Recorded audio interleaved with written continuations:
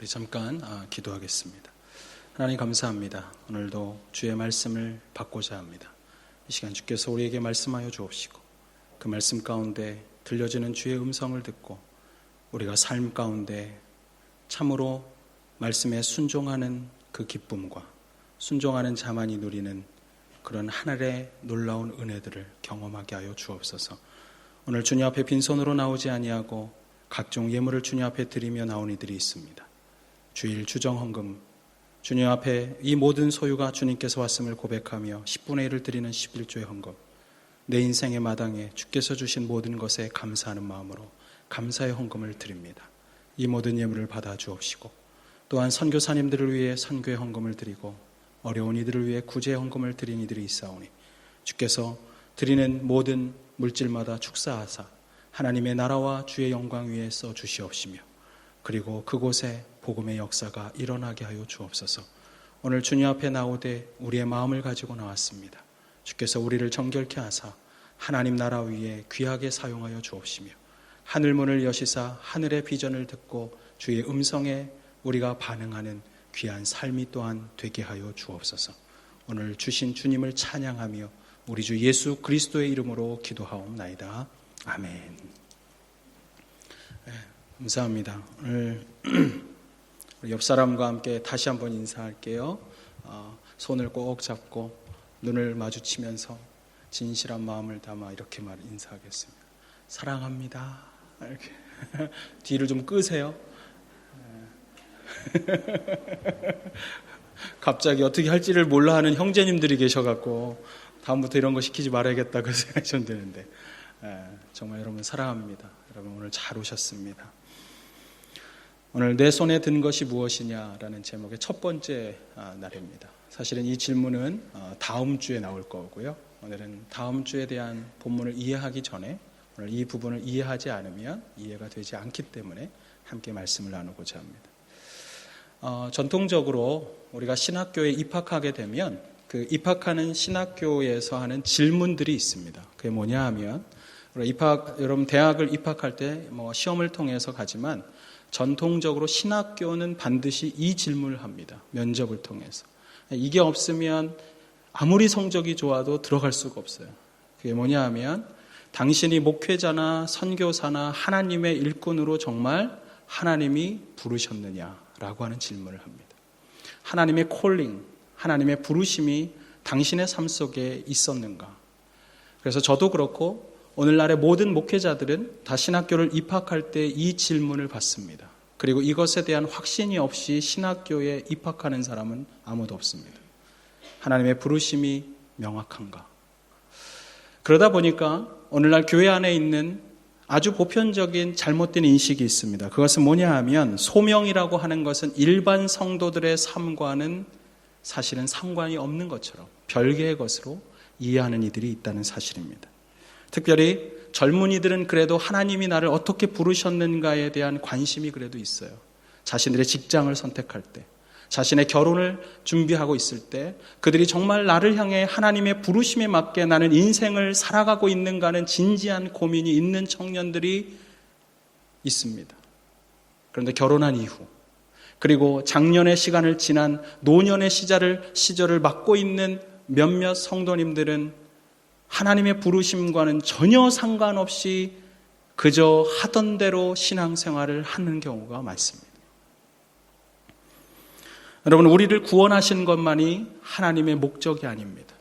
하나님께서 십자가에서 예수 그리스도를 십자가에 다심으로 우리를 구원하신 것은 사실이지만 구원이 우리의 인생의 목적이 아니라는 사실입니다. 하나님은 구원하셨지만 우리를 구원하시고 지옥에 가지 않고 천국에 가는 하나님의 자녀가 된 이후에 하나님께서는 우리들 모두를 향한 한 사람 한 사람의 계획을 갖고 계십니다. 그리고 그 계획을 따라 우리의 인생을 부르고 있다는 사실입니다. 그래서 그 부르심에 따라서 그 콜링의 부르심이 없이 인생을 살다 보면 우리는 질문합니다. 하나님, 내가 이렇게 인생을 허비하고 말 것인가요? 때때로 저도 젊은 시절 그런 시절이 있습니다. 하나님이 부르셔서 왔음에도 불구하고 나는 내 인생을 허비하고 있는 것은 아닌가. 그러나 부르심의 확신이 있다면 그리고 그 부르심이 무엇인지 내가 알 수만 있다면 우리는 우리의 인생을 쓸데없는 것에 낭비하지 않고 오히려 하나님의 나라와 하나님을 위하여 영광스럽게 드리는 인생을 살 수가 있을 것입니다. 내가 구원받은 자로 한평생 주를 위해 어떻게 내 삶을 쓸 것인가? 이 얼마나 중요한 질문인가요? 오늘 본문은 모세가 하나님의 콜링, 하나님의 부르심을 받는 장면입니다. 때는 이집트의 왕자로서의 삶의 40년의 삶을 끝내고 그가 왕이었던 바로의 그런 분노를 피해서 도망해서 미디안에 와서 양치기가 된 지 40년이 지난 시절이었습니다. 이때 모세는 처음으로 양치기였지만 그러나 하나님의 부르심 가운데 자신이 자신의 백성인 이스라엘 백성을 출애굽, 엑소더스, 이집트로부터 끌어내어 해방케 하는 지도자로 부름받았다는 사실을 처음으로 깨닫습니다. 그리고 그 부르심은 자신의 의지가 아니었어요.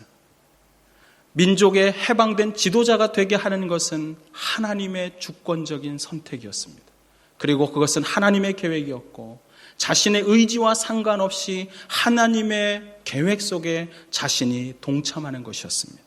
여기서 우리는 소명의 문제를 진지하게 다시 한번 물어보지 않을 수가 없습니다. 그것은 뭐냐 하면 하나님의 소명이 내게 있을 때, 하나님이 나를 콜링, 부르실 때 내 의지와 상관없이 그분의 부르심이 임할 때 우리는 과연 그것을 하나님의 부르심으로 어떻게 깨달을 수 있느냐 하는 것입니다. 그리고 동시에 우리가 인생을 살아가면서 우리는 어떻게 하나님의 부르심 앞에 정말 응답한 인생을, 내가 나이가 많아도, 내가 인생을 많이 살아왔어도 내게 남겨진 인생을 바라보며 여전히 내가 쓰임받을 수 있는가, 어떻게 응답할 것인가, 이 질문을 하지 않을 수가 없습니다. 우리는 그렇다면 어떻게 하나님의 부르심을 분별할 수가 있을까요? 하나님은 여전히 우리를 부르신다면 그 부르심이 하나님의 부르심인지 우리가 어떻게 발견할 수가 있겠습니까? 그리고 우리가 그 부르심 앞에 우리는 어떻게 응답하며 나아갈 수가 있겠습니까? 저는 이 부분에 대해서 오늘 그리고 다음 주 2주간에 걸쳐서 함께 나누고자 합니다. 첫 번째, 우리가 하나님의 부르심을 분별할 수 있는 방법. 첫 번째는 뭐냐 하면 평범한 일상에서 성실함으로 임하고 있을 때 하나님이 부르신다는 사실입니다. 하나님은 우리가 평상시에 평범한 일상의 성실성을 갖고 있을 때 우리를 찾아오십니다. 여러분, 하나님이 우리를 부를 때 특별한 시간에 부르지 않아요. 특별한 집회에서 부르지 않아요. 여러분들 자꾸 착각해요. 무슨 특별한 분이 하는 은사 집회 뭐 이런 데 가야 하나님의 부르심이 있을 것만 같은 여러분, 한국에 최근 10년 동안에 새로운 바람이 부는 게 있어요. 특세예요. 특세. 특별 새벽 기도의 특세. 저는 그거 너무 좋은 거라고 생각해요. 그런데 문제는 뭐냐 하면 그 남가주에 계시던 한 목사님이 사랑의 교회에 와가지고 처음 시작한 게 그거였어요. 40일 동안 새벽에 새벽 4시부터 불러가지고 특별 새벽 기도를 40일 동안 하면서 엄청 은혜를 받은 거예요. 이게 놀라운 은혜가 있으니까 한국 사람들은 그게 막 퍼져가잖아요. 한국 교회가 요즘에 툭하면 특세를 합니다. 저는 특세가 나쁘다는 게 아니에요. 특세를 하는 바람에 일상의 기도가 죽어버렸어요. 일상에서 하나님을 바라보는 것이 사라져버린 것이 문제입니다. 저는 특세가 나쁜 것은 아니지만 우리가 특별한 기도의 순간에만 하나님을 만난다는 의식을 갖는다면 그것은 잘못된 것입니다. 저도 때로는 그랬어요. 어린 시절. 하나님 만나려면, 하나님의 부르심을 들으려면 잣나무를 뽑으라고, 나무를 하나 뽑아야 된다 그래가지고 제가 가평에 있는 모 기도원에 가서 중학교 3학년 때 잣나무를 붙잡고 흔드는데 저보다도 더 두꺼운데 그게 어떻게 뽑히나요?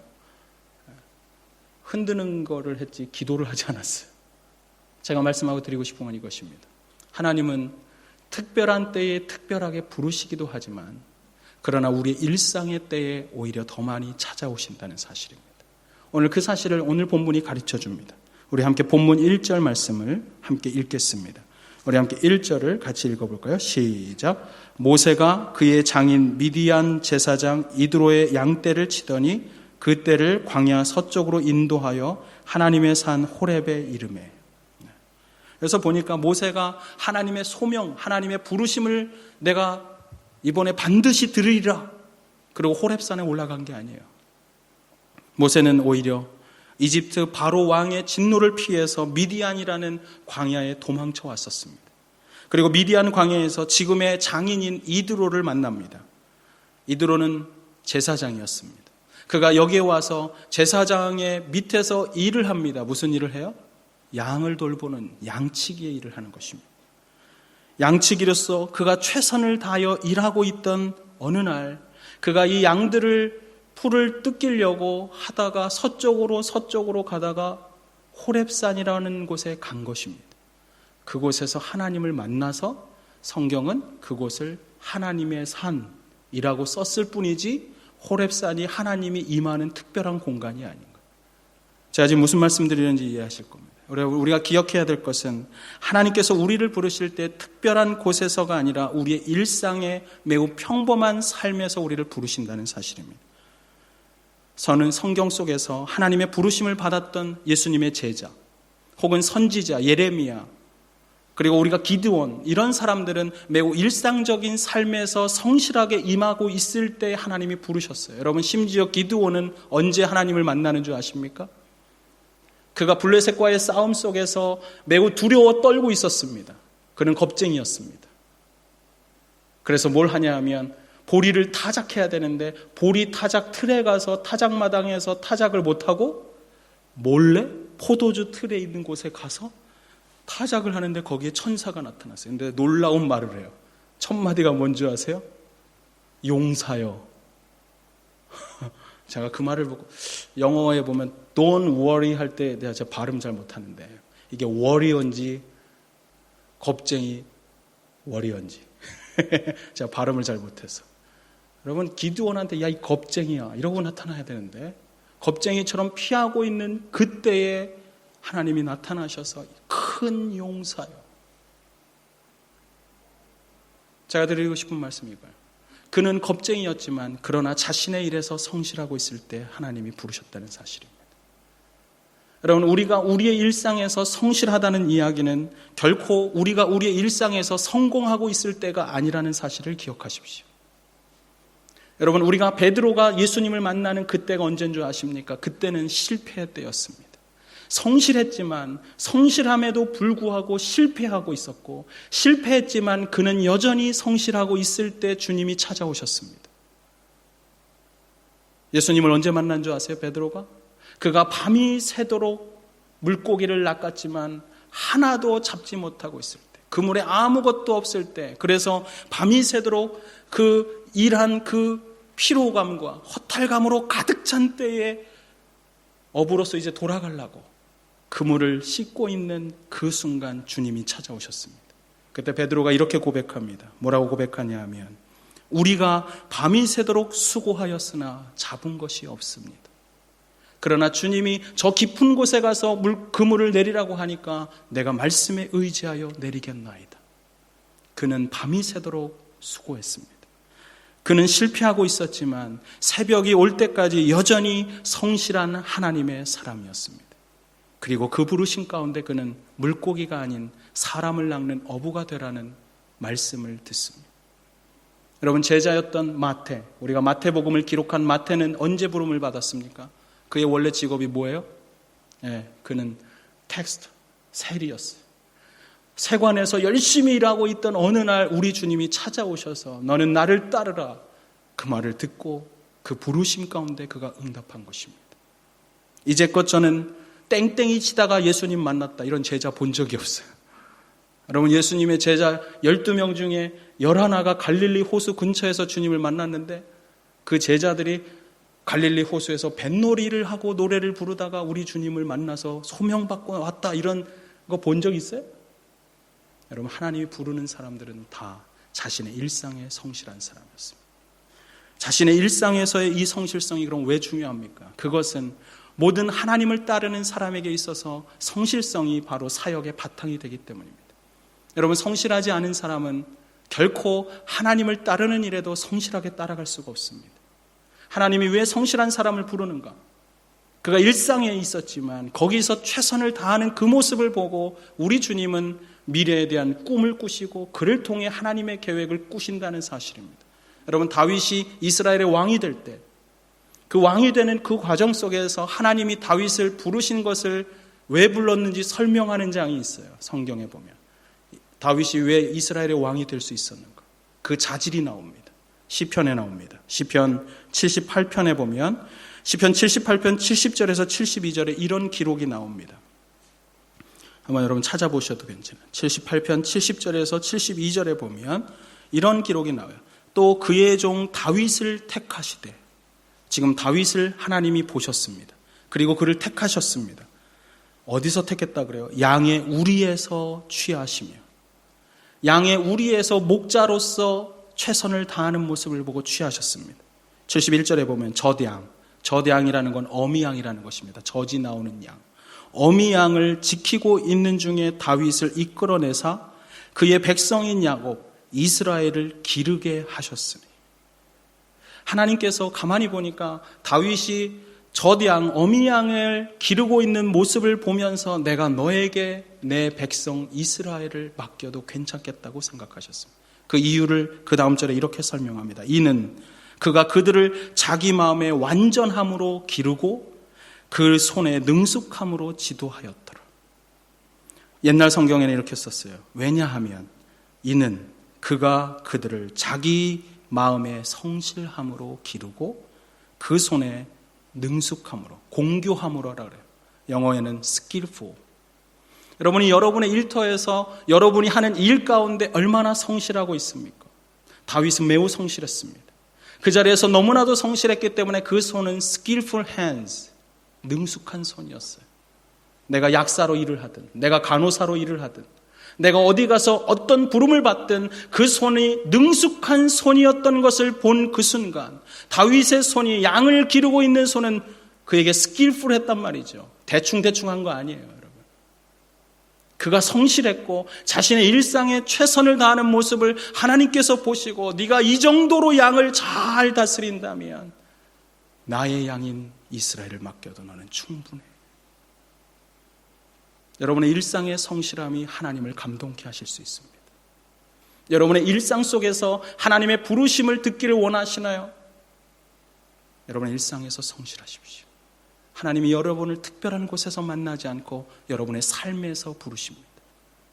저는 여러분들이 여러분의 삶에서 진지하게, 오늘 내가 부름받은 미디안의 이 광야, 모세처럼, 아니 제자들처럼 이 갈릴리 호수, 여러분의 갈릴리, 여러분의 미디안에서 최선을 다할 때 하나님은 거기서 여러분을 만나실 것입니다. 그리고 여러분을 향한 콜링, 인생을 향한 부르심의 소리가 들려올 것입니다. 저는 그런 소리를 듣는 우리 지구촌의 성도들이 되길 주님의 이름으로 축원합니다. 우리가 어떻게 하나님의 분별을, 하나님의 음성을 분별할 수 있을까요? 어떻게 반응할 수 있나요? 두 번째는 하나님의 준비하심을 신뢰하는 것입니다. 오늘 본문을 보면 하나님께서는, 하나님이 모세를 그냥 부르시는 게 아니었습니다. 하나님은 모세를 준비시켰습니다. 모세만 준비시킨 게 아니라 그 백성들을 준비시켰고, 그리고 해방케 하는 이집트라고 하는 그 민족을 준비시켰습니다. 우리 함께 오늘 본문을 한번 보실 텐데요. 여러분 보면 모세가 처음 부르심을 받을 때 하나님이 부르심의 상황을 이렇게 설명합니다. 6절과 7절입니다. 우리 같이 6절과 7절을 함께 읽겠습니다. 시작. 또 이르시되 나는 내 조상의 하나님이니 아브라함의 하나님, 이삭의 하나님, 야곱의 하나님이라. 모세가 하나님 배웠기를 두려워하여 얼굴을 가리매 여호와께서 이르시되 내가 애굽에 있는 내 백성의 고통을 분명히 보고 그들이 그들의 감독자로 말미암아 부르짖음을 듣고 그 근심을 알고. 여러분, 하나님께서 지금 이미 이집트의 왕자로 모세가 살았던 때, 40년 전에, 그때에 이미 이스라엘은 노예였습니다. 그때도 이미 고난을 받고 있었습니다. 그런데 하나님께서 과연 지금에서야 이 고생하는 이스라엘 민족을 이제서야 보신 것입니까? 마치 오늘 그렇게 보이잖아요. 하나님이 이제서야 내 백성의 고통 소리를 들으신 것입니까? 여기 성경에 보면 그렇게 말하죠. 7절에 이 백성의 고통을 내가 분명히 보고 그리고 그들의 감독자를 말미암은 부르짖음을 듣고 근심을 알았다. 하나님 이제서야 들었습니까? 저는 그렇게 생각하지 않아요. 하나님이 이제서야 들은 것이 아닙니다. 하나님은 이미 이전부터 듣고 있었습니다. 그들의 고통의 소리를 들었습니다. 그들의 아픔의 소리를 하나님은 듣고 계셨습니다. 지나온 400년 이상 그가 고난받고 있는 이스라엘 백성이 어떤 삶을 살고 있는지 우리 주님은 알고 계셨어요. 그런데 중요한 건 지금 들렸다 그래요. 왜 그런 줄 아세요? 여러분, 지금 출애굽기 3장이지만 출애굽기 3장 바로 앞에 2장은 시간적으로 보면 40년 전입니다. 모세가 이집트에 있는 애굽의 왕자로 있을 때입니다. 그때 이런 일이 일어납니다. 그때 보면 23절에 보면 여러 해 후에 애굽 왕은 죽었고 이스라엘 자손은 고된 노동으로 말미암아 탄식하며 부르짖으니. 출애굽기 2장의 끝부분에 23절에서도 여전히 그들은 탄식하고 있었어요. 근데 그제서야 뭐 하기 시작해요? 부르짖었다는 거예요. 고된 노동으로 말미암아 부르짖는 소리가 하나님께 상달된지라. 그전에도 그들은 고난이 있었지만 그들은 하나님을 찾지는 않았습니다. 그들에게 어려움이 있었지만 하나님께 기도할 줄 몰랐습니다. 그러나 인생을 살면서 고통 속에 있던 어느 날 이스라엘 백성들이 그들의 마음속에 해방의 열망을 갖기 시작합니다. 아니, 이제는 아니야. 난 이렇게 살고 싶지 않아. 나에게 해방되는 자유가 있었으면 좋겠어. 그런데 그동안 우리는 이 자유를 찾아 누구에게도 기도하지 않았어. 하나님께 이제는 기도해야 해. 그리고 그들이 부르짖기 시작합니다. 아파하기 시작합니다. 하나님, 나를 좀 구해달라고. 지나온 시간들 속에서 그는 여전히 고통받고 있었지만 이제서야 비로소 하나님께 기도하고 있을 때 성경은 이렇게 말해요. 그 소리가 상달된지라. 하나님이 그 백성을 드디어 준비시키신 것입니다. 그들에게 비로소 하나님이 아니면 안 된다는 것을 깨닫게 하는 시간이었던 것입니다. 하나님은 백성만을 준비시키지 않았습니다. 누구를 준비시키셨습니까? 모세를 준비시킵니다. 정말 부름받는 한 사람을 준비시킵니다. 어떻게 준비하실까요? 우리가 모세가 미디안에 오기 전에 이집트의 왕자였다고 제가 계속해서 말해요. 다음 주에 청소년들이 볼 영화가 이집트의 왕자입니다. 모르시겠으면 가서 보세요. 이집트의 왕자였어요. 이집트의 왕자이기 전에 미디안에서요, 몇 년 살았다고 제가 계속 얘기했어요? 40년. 40년 전에 이집트 왕자일 때도 40년. 그런데 이 40년의 삶을 살던 마지막 끝 무렵에 이집트 왕자로서의 삶을 청산하게 될 수밖에 없었던 사건을 우리는 기억합니다. 그게 출애굽기 2장에 나옵니다. 뭐예요? 제가 여러분들이 어디까지 아는지를 도무지 모르겠어가지고 출애굽기 2장 14절에 보면 13절 14절에 보면 그 장면이 나오죠. 이튿날 다시 나가서 두 히브리 사람이 서로 싸우는지라 그 잘못한 사람에게 이르되 내가 어찌하여 동포를 치느냐. 이게 언제냐면 그가 두들겨 패가지고 이 이스라엘 사람들이 고통받는 걸 보니까 누군가가 괴롭히잖아요. 그 학대하고 있는 이스라엘 관리를 나가서 어떻게 했어요? 팬 거예요. 제대로 팼어요. 제대로 맞아서 그냥 갔어요. 그래놓으면 아무도 모르는 줄 알고 자기가 덮었는데 그 다음날 자기 동족인 이스라엘 사람들이 싸우는 걸 보고 너네가 왜 싸우냐, 싸우지 말아라 그랬는데 반응이 14절에 뭐예요? 그가 이르되 누가 너를 우리를 다스리는 자와 재판관으로 삼았느냐. 네가 애굽 사람을 어저께 쳐서 죽인 것처럼 나도 죽이려고 그러냐. 이 싸늘한 반응을 보면서 모세는 자신이 착각하고 있다는 것을 알았습니다. 모세는 자신이 이 애굽 사람들이 이스라엘 사람들을 괴롭히는 것을 보고 이집트 사람을 패면 두들겨 때리고 그래서 혹시라도 알면 어떻게 될 걸 기대했을까요? 이 이스라엘 사람들이 자신을 지도자로 세워서 자신과 함께 무언가를 꿈꿀 것이라고 생각했을지 모릅니다. 그 이유가 뭐예요? 자기는 이집트의 왕자이기 때문에, 자기는 왕실의 교육을 받았기 때문에, 자신은 이 왕실의 무술을 배우고 자신이 많은 것을 가졌다고 생각했기 때문에, 다른 말로 하면 이겁니다. 자신만만해서. 따라해 볼게요. 하나님은 자신은 만만한 사람이 아니라 자신만만한 사람이 아니라 주신만만한 사람을 쓰신다. 내가 잘나서 나에 대한 자신에 대한 믿음이 만만, 가득한 사람을 쓰는 게 아니라 하나님에 대한 믿음이 충만한, 가득할 만자예요. 너무 많아서 만만이에요. 다시 옆 사람에게 이렇게 말하겠어요. 당신은 자신만만하십니까? 주신만만하십니까? 한번 물어보세요.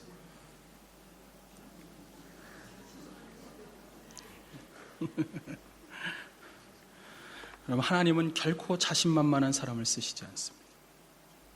내 주먹이면 돼. 저 이런 분 참 많이 만났습니다. 제가 많은 성도님들을 만났지만 내 주먹밖에 믿을 게 없어. 이런 분들 여러분 결코 하나님 앞에 쓰임받는 거 본 적이 없습니다.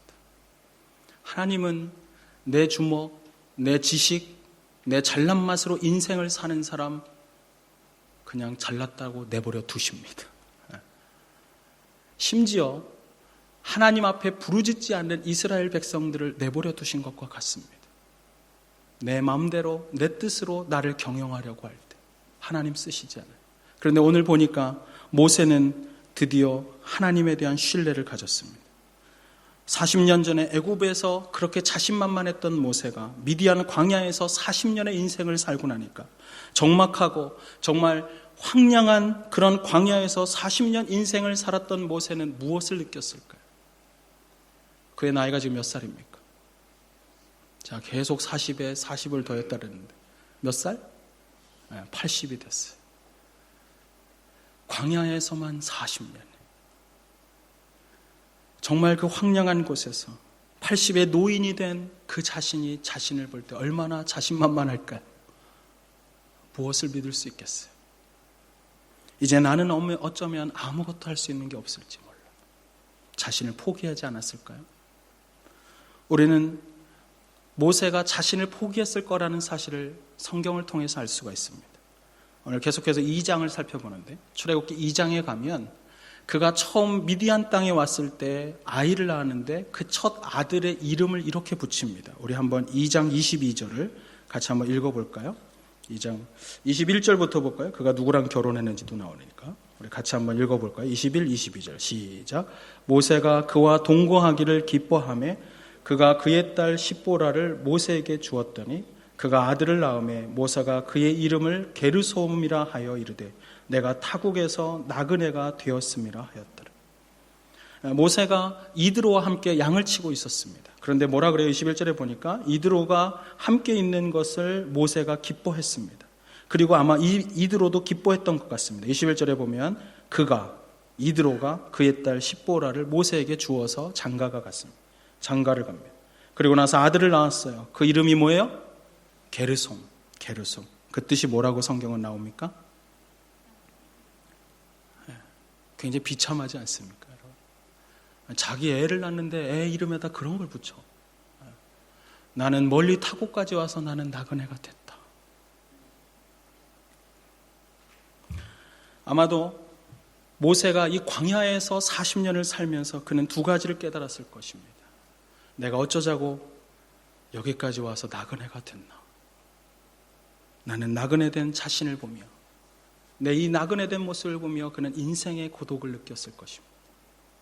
인생의 황량함을 느꼈을 것입니다. 그 적막감, 아무것도 없는 광야, 그곳에서 그저 양과 함께 있는 자신의 40년 인생을 돌아보며 나는 아무것도 아니구나.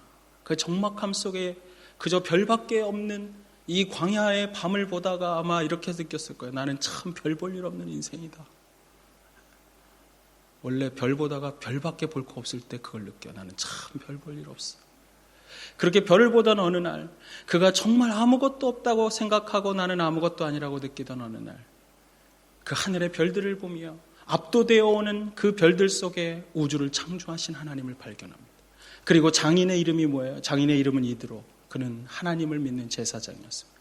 그를 통해 하나님에 대한 것을 다시 훈련받던 어느 날 그는 비로소 깨닫습니다. 나에게는 아무것도 없지만 하나님의 도우시면 나는 살아갈 수 있어. 언제 깨닫냐면 그때가 바로 둘째를 낳을 때입니다. 둘째 이름이 나옵니다. 출애굽기 18장 4절입니다. 출애굽기 18장 4절에 보면 모세가 둘째 아들의 이름을 낳았는데 이름을 이렇게 둘째 아들의 이름을 둘째 아들을 낳았는데 이름을 이렇게 붙였습니다. 출애굽기 18장 4절입니다. 같이 한번 읽어볼까요? 같이 한번 읽겠습니다. 시작. 하나의 이름은 엘리에셀이라. 이는 내 아버지의 하나님이 나를 도우사 바로의 칼에서 구원하셨다 하며. 18장 3절에도 첫째 아들의 이름이 나오죠. 게르솜. 먼 타국에 와서 내가 이방인이 되었다. 그러나 두 번째 아들을 낳는 순간 그는 다른 고백을 합니다. 내 하나님이 나를 도우사 내가 바로의 칼에서 구원하셨다. 엘리에셀이라는 말은 나의 하나님이 나의 도우심이십니다라는 뜻입니다. 그럼 그의 인생이 바뀐 것입니다. 그의 생각이 바뀐 것입니다.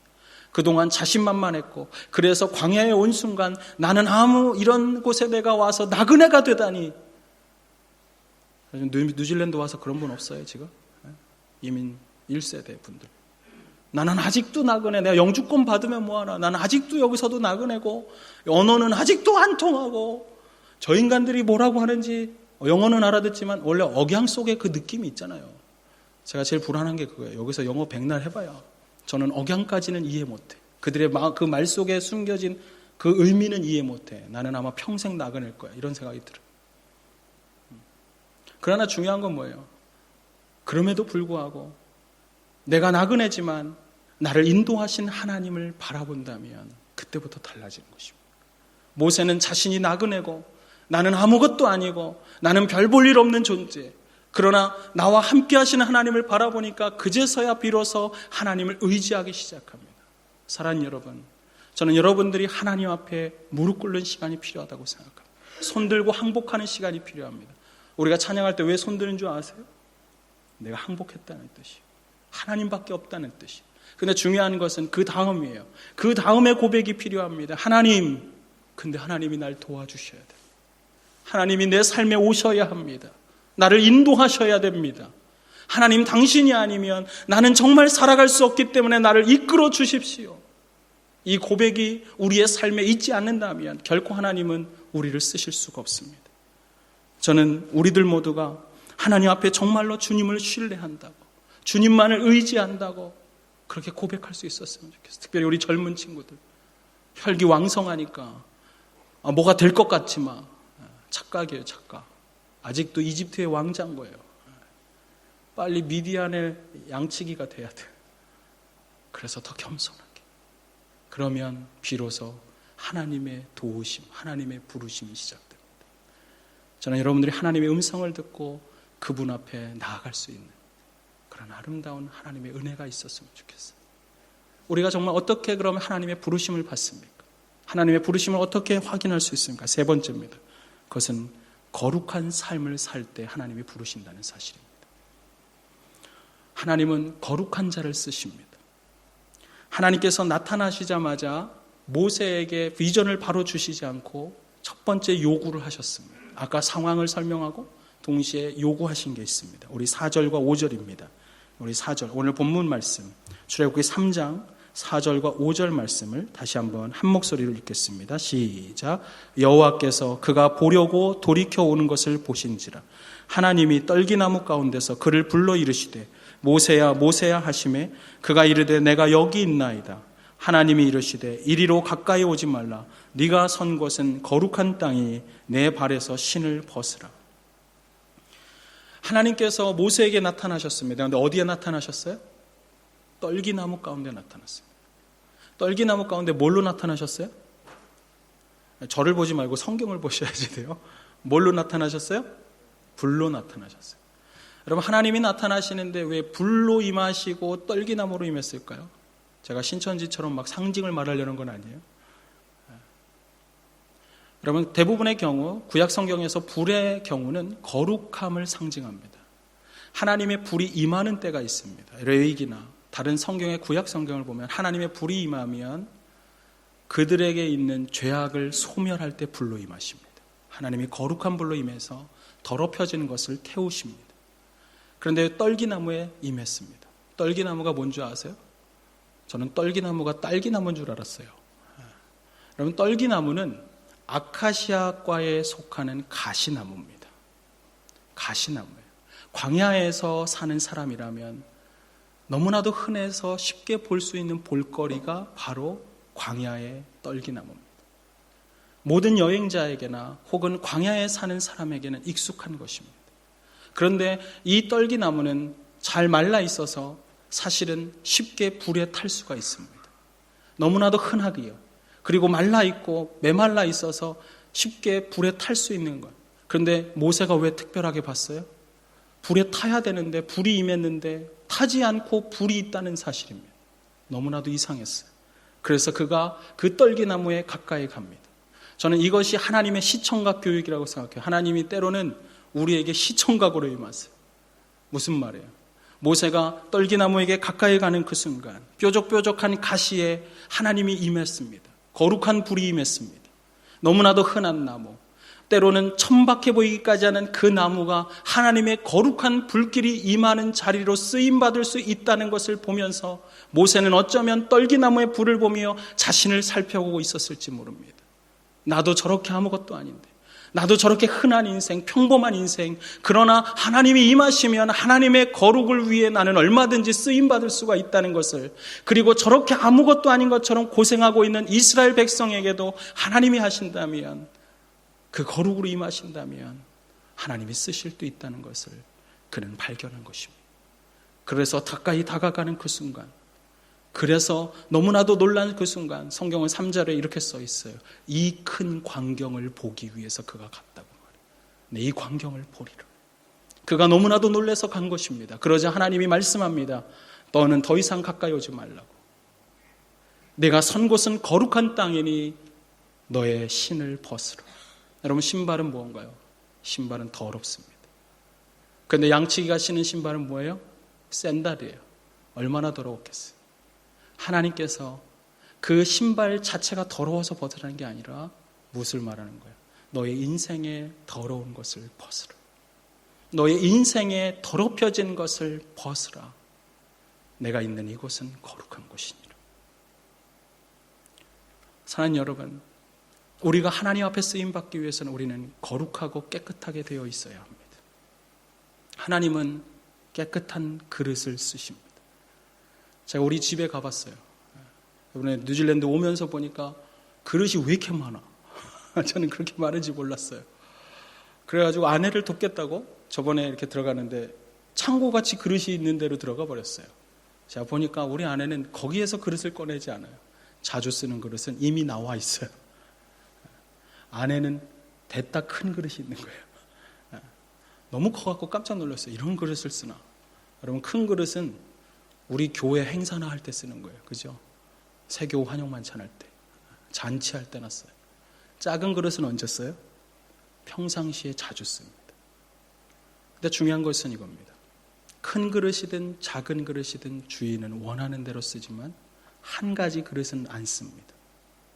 더러운 그릇은 안 씁니다. 쓰임 받으려면 그릇은 깨끗이 씻겨야 합니다.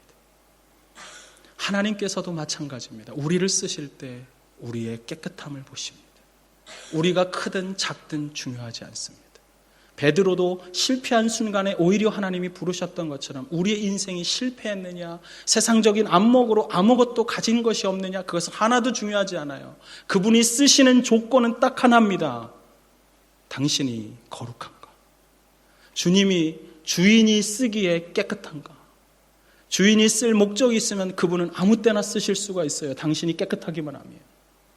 저는 여러분의 삶이 하나님이 보시기에 깨끗한 삶이기를 원해요. 우리가 로마서를 공부해 보면 로마서는 1장부터 16장까지 있습니다. 1장부터 11절은 교리편입니다. 우리가 어떻게 거룩한 하나님 앞에 나아갈 수 있을까? 그것은 다만 예수 그리스도를 믿음으로 의롭다 하심을 영혼만이 나갈 수 있다는 것을 1장부터 11절이 가르쳐줍니다. 11장까지가 가르쳐줍니다. 12장을 시작하면서 그러면서 로마서는 이렇게 합니다. 교리편이 끝나고 당신의 삶 속에서 당신이 정말 의로운 삶을 살아야 한다고. 그러면서 12장이 시작되는 12장 1절에 성경의 일성이 무엇인 줄 아십니까? 그 일성은 이렇게 시작됩니다.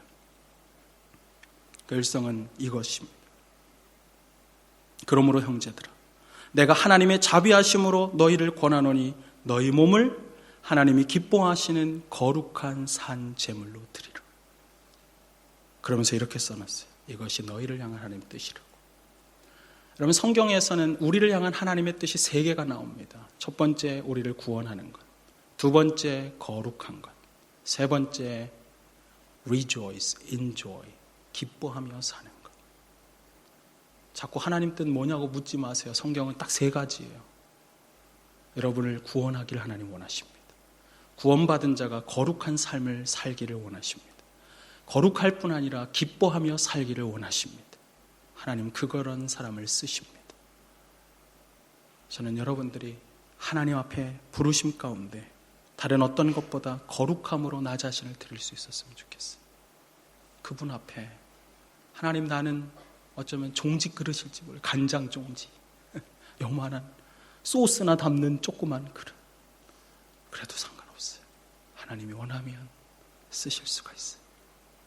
하나님, 당신이 원하면 저를 쓰실 수 있습니다. 다만 저는 거룩함으로 준비하겠습니다. 주께서 나를 언제 부르시든 그 앞에 언제든 응답하기 원합니다. 모세야, 모세야, 하나님이 오늘 부르셨어요. 떨기 너머 가운데 그때 이렇게 말해요. 내가 여기 있나이다. 우리 주님 여러분을 부르실 때 이렇게 응답했으면 좋겠어요. 하나님, 제가 여기 있습니다. 우리 함께 기도하겠습니다.